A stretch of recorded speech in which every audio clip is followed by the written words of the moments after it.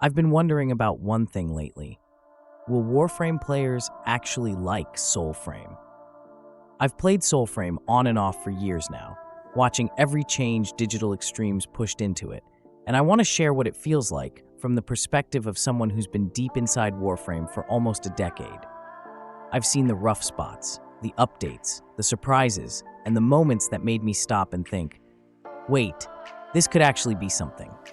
And I also want to clear up a lot of the misconceptions surrounding Soulframe, because after spending time with it, I can honestly say the game has real potential. But the biggest question still hangs over everything. Will Warframe players enjoy it, or will it feel too different? Before we dive in, let me know in the comments, do you want Soulframe or not? When you come from Warframe, movement is everything. You're used to bullet jumps, slides, wall latches, and that fast, almost rhythmic flow that keeps you in a momentum high. So when you step into Soulframe, the very first shock hits you hard. It's slow, and I don't mean a little slower. I mean really slow compared to the ninja speed pacing we're used to. If you value that quick mobility in Warframe, you might feel uncomfortable or even annoyed with how grounded and heavy Soulframe feels from the moment you start moving. And right now, Soulframe almost feels like it's trying to be a mix of Ghost of Tsushima and Elden Ring when it comes to combat. I know that sounds harsh, but I don't want to sugarcoat anything in this video. The truth is, the game is slower, and without proper travel options, the pacing might stress you out. Sure, there's fast travel, but it's tied to a consumable called Wevet seeds, and you only get one per day. That means you'll end up hoarding them, thinking twice before spending one, because one fast travel per day doesn't exactly help with the feeling of freedom. This will hopefully change once mounts get added. And honestly, I'm excited for that, because I think mounts will fix most of the traversal problems in one update. For me personally, traveling isn't a huge issue because I enjoy soaking in the environment and the atmosphere of Soulframe. But when it comes to combat, that's where the real concern starts. It still feels janky, floaty, and a bit loose. Every attack has weight, but not in a satisfying way. More like the animations are holding you back instead of pulling you forward. To be totally honest, I've found myself enjoying ranged weapons way more than melee in Soulframe right now. The melee system still has a long road ahead of it. It's slow, the hits aren't snappy, and some combos feel like they're caught in mud. But I also want to give Digital Extremes credit. Melee is definitely better than it was during the early stages. And upgrades like increased perfect parry windows make melee fun sometimes, especially when you actually land a smooth parry and everything clicks. But when I'm farming resources or fighting certain enemies, especially that Vadagar stag, you already know I'm sticking to ranged attacks. Melee just isn't consistent enough right now, and Soulframe needs to tighten and polish that entire combat layer. In my opinion, this should be one of the main priorities for Digital Extremes moving forward. The core is there, the potential is there, but it needs that extra attention to match the expectations of Warframe players who've been spoiled by fast, fluid, satisfying action for years. Now I want to talk about the grind in Soulframe, because this is something every Warframe player will look at right away. The leveling feels slower, the item drops take a bit more patience, and getting the gear you actually want to play with can feel like its own little journey. It's not bad, but it's definitely not as fast or as generous as Warframe in its current state. And on top of that, the monetization model is something I also want to break down, because Soulframe is taking a different angle there too. I want to be honest about how the grind feels, how long things take, and whether spending money actually matters or not, so you'll know exactly what you're walking into. Honestly, the grind in Soulframe isn't that bad, especially if you've played Warframe or any live service game with a similar structure. The game has bosses tied to the main quest and others called Agiri, and both can drop pacts, weapons, and armor. Pacts are basically your frames. They give you power and shape your playstyle. But instead of dropping the full pact outright, bosses give fragments. You collect those pieces, then craft the full pact later, which is pretty much the classic Warframe loop. And of course, alongside fragments, you'll need a pile of resources to build anything, so the time-gated crafting system will feel familiar. There's also the faction grind, and right now, Soulframe has 3 enclaves that work like syndicates. You farm their standing by doing bounty-style missions, ranking up and buying gear from their offerings.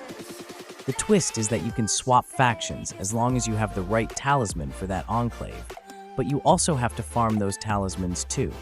The nice thing, though, is that enclave standing doesn't seem to have a daily cap at the moment. You can run Sparrowtails over and over if you want, rank up faster, or just grab items without feeling restricted. When it comes to bosses, they're pretty solid. Soulframe bosses follow that classic Warframe design where they have invulnerability phases, and you need to break a mechanic before you can chip away at their health. The Agari fights, those mini-bosses around the world, drop weapon and armor fragments, and they feel very similar to Warframe's acolytes. You just beat them down until they fall. It's not groundbreaking, but it works. The only thing that might drive some players crazy is the drop RNG. Just like Warframe, you'll have sessions where you run the same boss over and over because the item you want just refuses to appear. This is where I think some Warframe players might hesitate when Soulframe goes free. A lot of players are already deep into Warframe's grind, so the idea of starting another grind-heavy game from zero might feel exhausting. And I get that. Even though the grind in Soulframe isn't terrible, it still has that same luck-based system where you might get the item fast, or you might be stuck farming a boss 10 times in a row. It's the usual DE formula. And whether you love it or hate it depends on your tolerance for RNG. As for leveling, players right now are running endless waves in the Glades of Andoran. You activate the stag statue, enemies spawn non-stop, and you keep going until your pacts and weapons hit max rank. It feels exactly like running Hydron in Warframe, except there's no public matchmaking yet. You need to recruit people through chat if you want a full squad. It's classic Warframe leveling. Simple, repetitive, and effective, and if you've ever power-leveled gear in Warframe, you'll feel right at home. Honestly, Soulframe is meant to be a social game right now compared to Warframe that you can almost solo everything. At the current state of Soulframe, you will need to find a team to kill bosses, level, and farm easily. I think this is a good thing, as having some people to play with make the grind less boring. But of course, there's always the option to play solo if you want to also challenge yourself. Soulframe's monetization model follows a very familiar pattern, especially if you've been playing Warframe for years. Right now, the game offers founder packs that give early access cosmetics, a few exclusive perks, and a chunk of the premium currency called Arcs. Arcs work the same way Platinum works in Warframe.